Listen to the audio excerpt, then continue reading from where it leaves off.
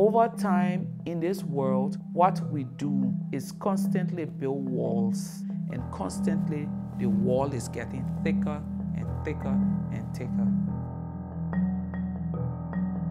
We talk at each other. We really don't sit and talk amongst ourselves like intelligent people. So creating the space for dialogue will tear the wall down, one after the other.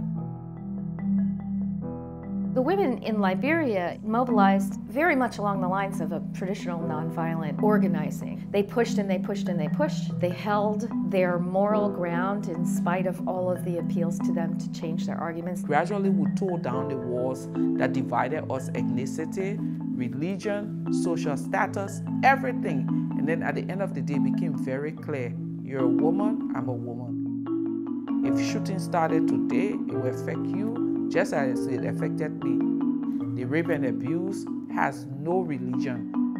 And when they made their biggest and most desperate appeal, it was an appeal to compassion, to morality, to faith. Once you can see the other for who they truly are, a human being with feelings, passion, compassion, then you recognize that this is someone just like myself.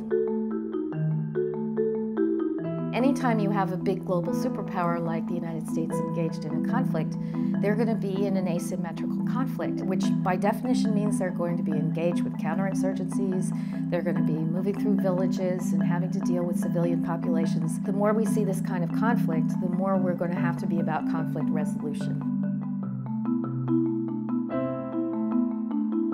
After the Liberia peace talk, someone takes the peace agreement and wants to do a research, but the opportunity for doing that research at that moment is there. And I think it's time to step into the space when the tensions are up and say, I will do this research when the tensions are already high, to gain a greater understanding of how peace can be delivered and delivered more effectively.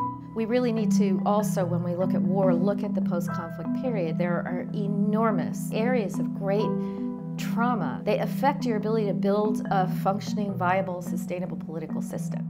Democracy is made of individuals the way a wall is made of bricks. Every single brick is so traumatized it's difficult to function. At that space called peace negotiation is where you have the perpetrators in suits and ties, the victims advocating outside of the door, and there is a beautiful opportunity to come at that space and understand what are the opportunities for peace.